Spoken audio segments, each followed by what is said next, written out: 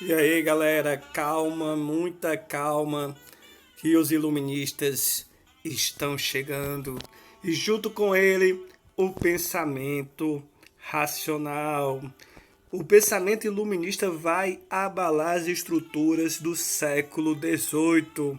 Eles vão ser contra toda a estrutura social e política vigente naquela época.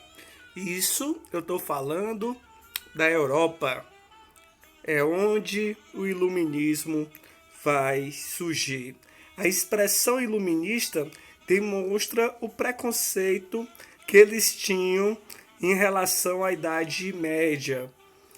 Para eles, aquele período teria sido o período das trevas, em que a sociedade foi dominada pela religião e a ignorância. O iluminismo é um desdobramento da revolução científica que ocorrera no século anterior ao XVIII, no século XVII. Então, influenciado por Galileu Galilei, René Descartes, que eles vão pensar o conhecimento através da experiência e da razão. A razão e a experiência vai ser base dos princípios iluministas. A gente pode falar de maneira geral três princípios.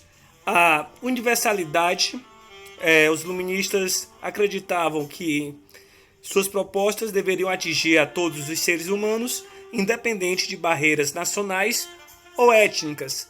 Dessa forma, o pensamento iluminista vai influenciar vários movimentos revolucionários na América e na Europa. A individualidade era outro princípio. Os seres humanos deveriam ser vistos como pessoas reais e singulares, e não apenas como integrantes de uma coletividade, de um grupo social. Esse pensamento de individualidade é muito importante para entendermos o avanço do pensamento burguês. Outro princípio que segue até os dias de hoje é o princípio da autonomia. Os homens estariam aptos a pensar por si mesmos, sem a tutela moral e os dogmas religiosos e da tirania política. Lembrando aqui, como a gente pode ver aqui nessa imagem, que o movimento iluminista vai ser contra o quê? O regime absolutista, onde o poder ficava centralizado na mão do rei. E a centralização desse poder se dava pela justificativa religiosa. O rei estaria representando um poder divino. Sociedade estamental, ou seja, a sociedade não tinha mobilidade social. A desigualdade era naturalizada, como se fosse normal. Então era normal você explorar o povo, o clero, a nobreza, explorar o povo. Na economia existe uma grande crítica ao mercantilismo, que era a prática econômica da época. Nessa prática econômica existia uma grande participação do Estado na economia, um grande controle do Estado na economia. Então, essa característica política é o regime absolutista. A crítica ao regime absolutista. A crítica à desigualdade social normalizada, naturalizada, e a crítica ao Estado protetor da economia vão ser características do antigo regime que o iluminismo vai combater. E essas características vão ser expressas na enciclopédia. A enciclopédia vai ser composta de 35 livros e contou com a participação dos principais intelectuais franceses do período, como Jean-Jacques Rousseau e Voltaire, além de editores, resenhistas e ilustradores. Ela foi feita por Denis Diderot e Jean Alembert. Eu não sei falar esse nome direito não. Então, ela foi publicada entre 1751 e 1780. E ela vai ilustrar, ela vai representar aquele princípio do conhecimento universal, onde todos poderiam acessar o conhecimento. Se você tem hoje o conhecimento na palma da sua mão com celular, você teria naquela época, no século XVIII, o conhecimento na palma da sua mão com a enciclopédia. Então é o conhecimento universal, não é aquele conhecimento que é restrito a uma área, não tinha essa ideia de divisão por área como a gente está tendo hoje, uma área da sociologia, outra é história, uma é química, outra é física, então tudo compartimentado, não tinha esse negócio compartimentado. O homem é um homem que teria o conhecimento universal. E é por isso também que na escola a gente estuda de tudo, para ter aquela chance de ter um conhecimento universal, conhecimento geral. E isso é importante para a formação humana. Então eles vão valorizar a dúvida, a curiosidade e o questionamento.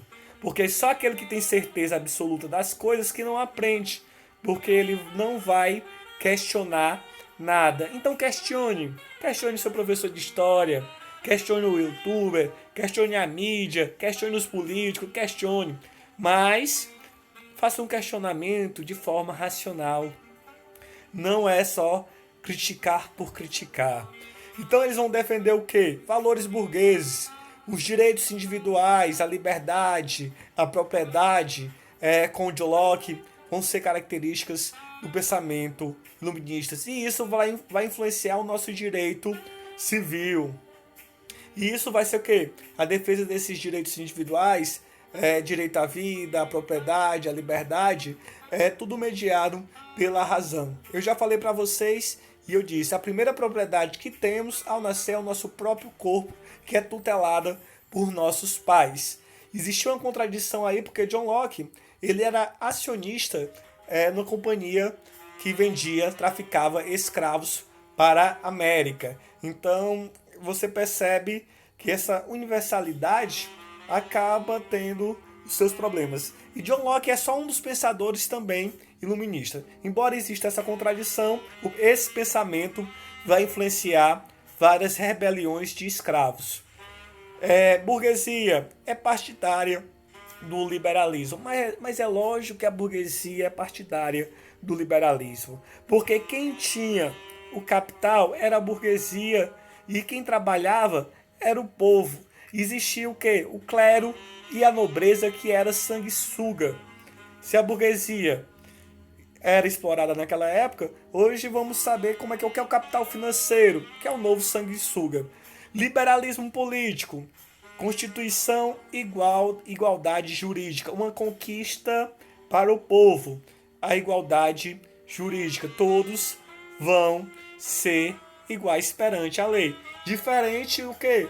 Da sociedade estamental, onde a desigualdade era naturalizada e já uma transformação. Separação de poderes, olha, o nosso amigo Montesquieu, ele vai defender a separação em 3 poderes autônomos e harmônicos entre si, que é o executivo, legislativo e judiciário. Mas lembrando que o executivo ele não está acima da lei, né? Representação eleitoral censitária, defendida pela burguesia. O que é censitária? Por renda. Então, o limite dessa meritocracia esbarra na condição financeira, né? É umas críticas que a gente pode fazer. O Estado garante direitos individuais do cidadão. Então o Estado ele serve ao cidadão, serve ao povo. O Estado não é propriedade de um governante. No liberalismo econômico vai ter a defesa da livre iniciativa, a livre concorrência, a lei da oferta e da procura, a não intervenção do Estado na economia. São pensamentos contrários ao que era vigente com mercantilismo. Então o representante vai ser Adam Smith e David Ricardo, né?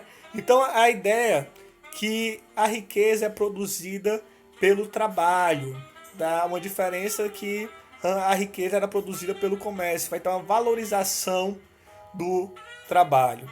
O iluminismo influencia revoluções como da América em 1776 e a francesa em 1789.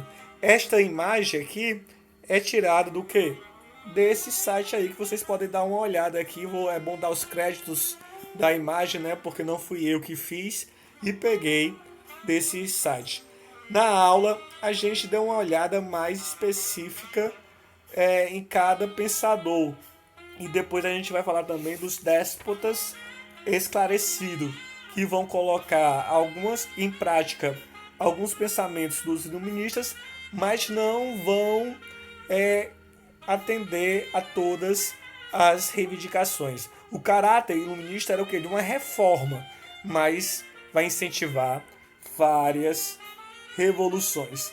Aqui, por enquanto, eu não vou entrar em cada pensador iluminista. Talvez em outro vídeo a gente discuta cada pensador iluminista. O importante é que vocês leiam o livro, tragam dúvidas, porque a aprendizagem não decorre somente de assistir vídeos no YouTube. Se tem algum educador que fala que você é capaz de aprender tudo só assistindo vídeo passivamente, ele ou não é educador ou está mentindo, ou ele está te enganando.